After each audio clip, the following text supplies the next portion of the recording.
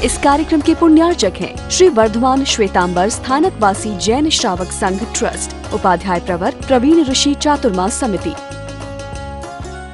सुहम वसामो जीवामो, मैं मेरे अंदर में मस्ती में जीता हूं। मेरा बाहर में कुछ नहीं है, बाहर में कुछ नहीं, आपका भी कुछ नहीं, मेरा भी कुछ नहीं है। मैं लाए डज मानिए न मैं डजे किंचनम।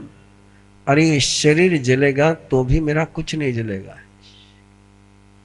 तो मकान जलने से मेरा क्या जलना है। कभी धंधे में नुकसान आ गया, कभी तिजोरी में पैसे कम हो गए। तिजोरी के पैसे कम हुए ना, तुम्हारे अंदर का ज्ञान थोड़ा कम हुआ है, तुम्हारे अंदर की शक्ति थोड़ी कम हुई है। धन का लॉस हुआ है, तुम्हारा लॉस नहीं हुआ है। और ये सोच यदि तुम दुनिया के पास पहुंचा सको, स्वयं के पास रह सको, तो फेल होने के बाद डिप्रेशन में जाने के रास्ते बंद हो जाएंगे। बाहर में कुछ भी घटित हो जाए तो उसके अंदर, मेरे अंदर कोई घटित नहीं। मेरा ज्ञान, मेरी श्रद्धा, मेरा चरित्र, मेरी शक्ति वैसी की वैसी है। सोहम वसामो जीवामो, जैसी मो नथी किंचनम। मैं ही लाए डज मानी न मैं डजे किंचनम। बाहर कुछ जल रहा है तो मेरे अंदर कुछ नहीं जल रहा है। बाहर का जलना बाहर रखो, तो अंदर में बाग नंदनवन का खिलता ही रहेगा। और याद रखना, बाहर के जलने से तुम्हारे अंदर कुछ भी नहीं जलता है। ये तुम्हारा भ्रम है कि बाहर जलने के कारण से तुम्हारे अंदर कुछ जलता है, कुछ नहीं जलता है। तुम वैसे के वैसे हो। राम से राज्याभिषेक बाहर से छीना जा सकता है, लेकिन राम से राम का कैरेक्टर कोई छीन नहीं सकता है। राम की श्रद्धा कोई छीन नहीं सकता है, राम का पुरुषार्थ कोई छीन नहीं सकता है। तुम्हारे से तुम्हारा पुरुषार्थ कौन छीन सकता है? तुम्हारे से तुम्हारी श्रद्धा कौन छीन सकता है? तुम्हारे से तुम्हारा ज्ञान कौन छीन सकता है? लेकिन बाहर का नुकसान होने पर तुम यदि अपनी श्रद्धा खो दो तो तुम्हारी मूर्खता है। इसलिए परमात्मा नमी को पंडित कहते हैं, विचक्षण कहते हैं, और उनको पंडित कहते हैं जो नमी के समान सोचते हैं कि बाहर का कुछ भी तूफान साइक्लोन आ जाए, मेरे अंदर कोई साइक्लोन नहीं आएगा। जब ये उत्तर सुना और लगा कि इसको तो इसके बल पर हिलाया नहीं जा सकता है, फिर दूसरी भावना सामने रखी। तुम जाने के पहले जिस नगरी को छोड़कर तुम जा रहे हो, उस नगरी की सुरक्षा करके जाओ। बहुत बार मैं लोगों को मिलता हूं, लोग कहते हैं मां साहब, बेटा छोटा है, बेटी छोटी है, जरा उनकी व्यवस्था कर लो, जरा उनकी सुरक्षा कर लो, और सुरक्षा के बाद चलोगे। नमी का उत्तर याद रखो। नमी से कहा गया था कि नगरी की सुरक्षा करो, बहुत सारे शस्त्र स्थापन करो, और उसके बाद जाओ। नमी ने जवाब दिया, सद्धम नगर की चाव तव संवर मंगलम खंति नीउन पागरम तिगुतम दुपदं स्वयं। श्रद्धा की नगरी हो। आप कौन से नगरी के नागरिक हो? आपके अंदर कौन सा नगर है? आप श्रद्धा के नगरी में रहते हो कि संशय के स्मशान में रहते हो? अंदर में श्रद्धा की नगरी बना लो। नमी का उत्तर है, नमी के उत्तर के साथ निरंतर आखिरी गाथा याद रखी है। नमी के सोच में जो सोचता है वो पंडित और विचक्षण है। नमी का सोच जिसके पास नहीं वो पंडित नहीं, मूर्ख है, विचक्षण नहीं, अंधा है।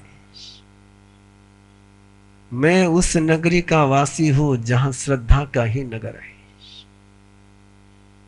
मैं श्रद्धा के राज्य का नागरिक हूं।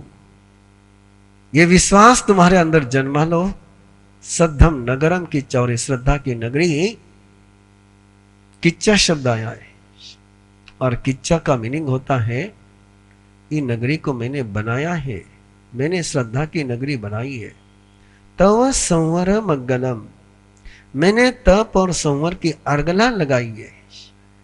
खंती नीवुन पागारम, मैंने क्षमा का परगोटा बनाया है।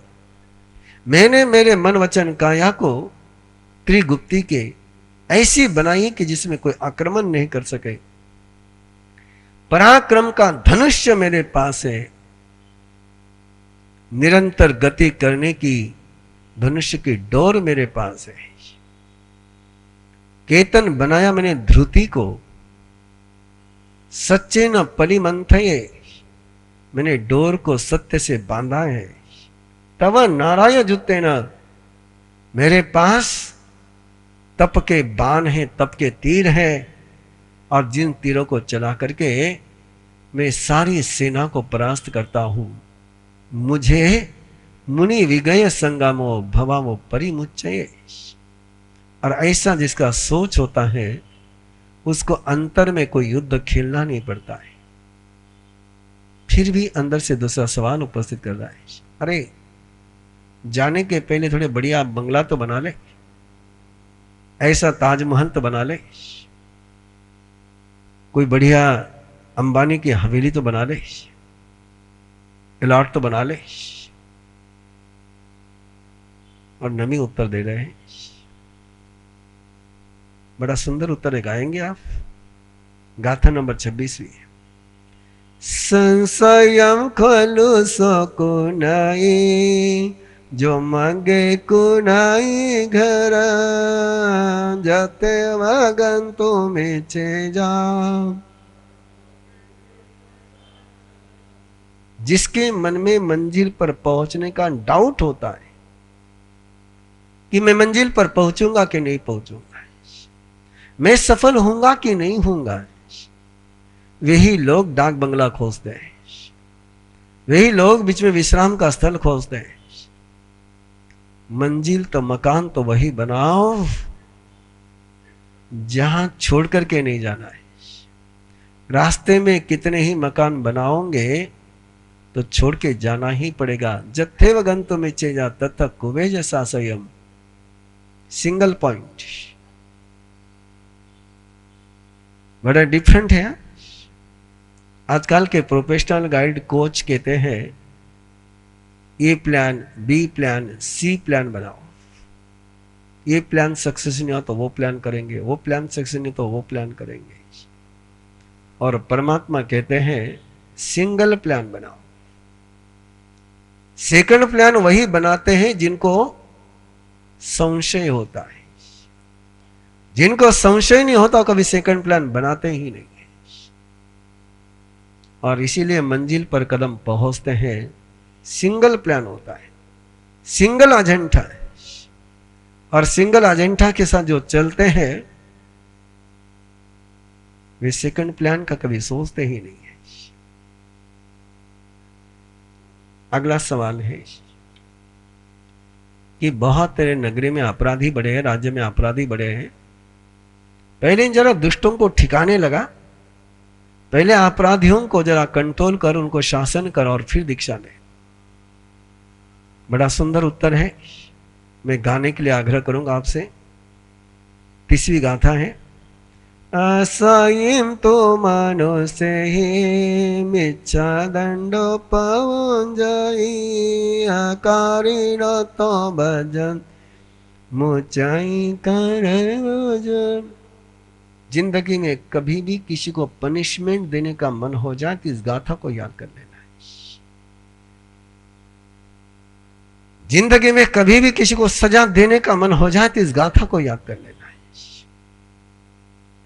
जिंदगी में कभी भी किसी को टॉर्चर करने का मन हो जाए, किसी को गुनहगार कहने का मन हो जाए, किसी को अपराधी कहने का मन हो जाए तो इस गाथा को याद कर लेना है। असहीन तो मनोसेहीन मिच्छा दंडो पवन जाई। मनुष्य जिंदगी में बहुत बार मिथ्या दंड का प्रयोग करता है। अपराधी को छोड़ देता है और निरापराधी को सजा देता है। जोधपुर में दंगे हुए नहीं हुए कभी? हुए ना? तो दंगे में डंडे किसको पड़े? अपराधियों को पड़े कि नागरिकों को पड़े? हाँ? पीटे कौन गए? जिन्होंने दंगा किया वो? दंगा करने वाले तो, और जिन्होंने दंगा किया नहीं वो पीटे जाते हैं। एक उदाहरण बहुत हो गया आपके लिए। जीवन में कदम कदम पर ऐसा होता है, गलती जुबान की होती है और सजा पेट को भुगतनी पड़ती है। गलती दिमाग की होती है और ठोकर पांव को खानी पड़ती है। ये मिथ्या दंड है। दुखता पेट है और पीटते माथा है। ये मिथ्या दंड है।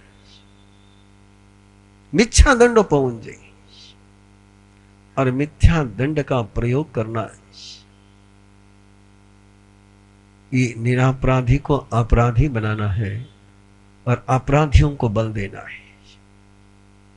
इसलिए कभी भी दंड देने के पहले जरूर सोचना कि मेरे से कोई मिथ्या दंड तो नहीं हो रहा है। नमी को फिर कहा गया, अरे तू ऐसा ही जा रहा है, कितने लोगों ने तेरा इंसल्ट किया है, कितने राजाओं ने तुझे मानने से इनकार किया है, कितने राजाओं ने तुझे सम्मान नहीं दिया है, कितने लोगों ने तुझे रिस्पेक्ट नहीं दिया है। अपने अंदर का पराक्रम जागृत कर। जो तुझे रिस्पेक्ट नहीं देते हैं उनको रिस्पेक्ट देने के लिए मजबूर कर। इतनी एक गाथा पुतिन और जेलेंस्की के पास पहुंच जाए।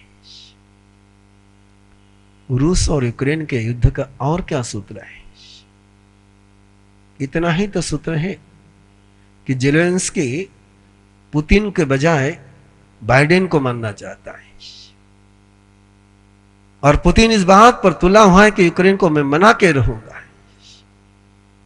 और इस मना के रहने के धुन में निरंतर दस्तक सुनाई देती जा रही है थर्ड वर्ल्ड वॉर की। ना नमनती नरा ही बात।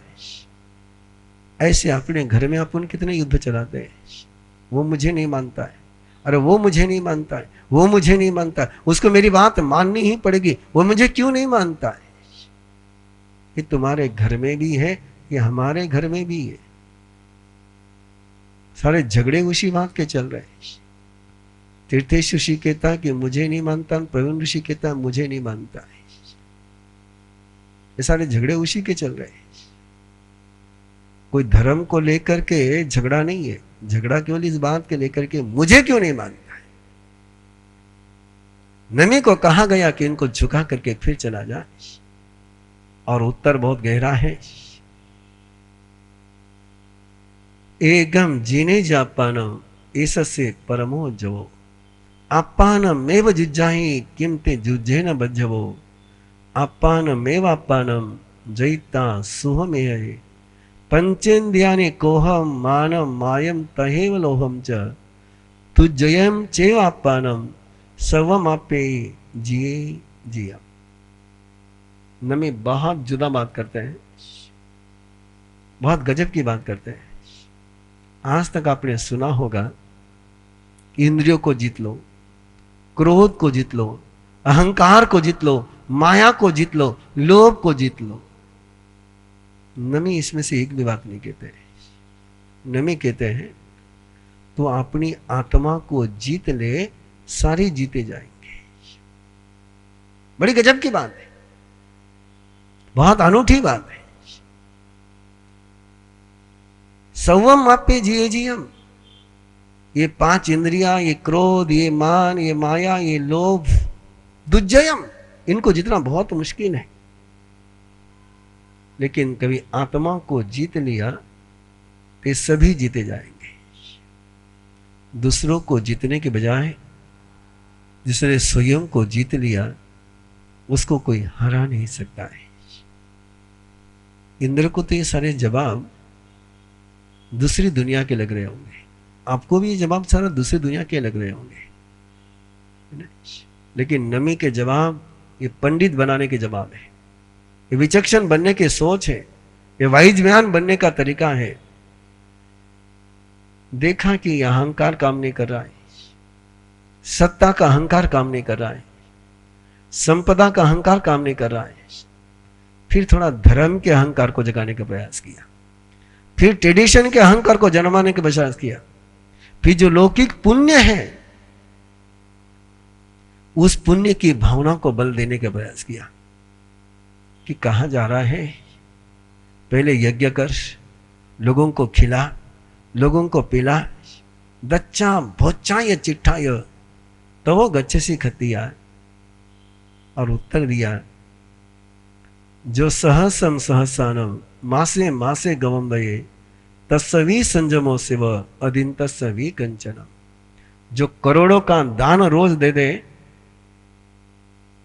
करोड़ों का दान जो रोज दे दे, उससे भी वो श्रेष्ठ है जो संयम की आराधना करता है। दान देने की मना नहीं कर रहे, लेकिन तुलना करनी हो दान श्रेष्ठ की संयम श्रेष्ठ है। तो पंडित बनने वाले कहते हैं दान तो क्या है, दुनिया से लिया दुनिया को दिया। दान का गणित क्या है, कौन सा धन तुम लेकर के आए थे जो तुम दे रहे हो, दुनिया से लिया दुनिया को दिया, और जितना लिया उतना दिया, कि जितना लिया उसमें से 90% स्वयं के पास रखा, 10% दिया। कितना दान करते हो? 10% दान करने वाले हाथ ऊपर करेंगे, 10% दान करने वाले मुश्किल है ना? दुनिया से लेते 1 रुपया हो और 10 पैसे भी देते नहीं हो, फिर दाता कहलाते हो, पता नहीं किसको ठग रहे हो। नमी सीधा सा जवाब देता है, इस दान के भ्रमणा में जीने के बजाय संयम में चला जाऊंगा तो सारा धन दुनिया का ही हो जाएगा।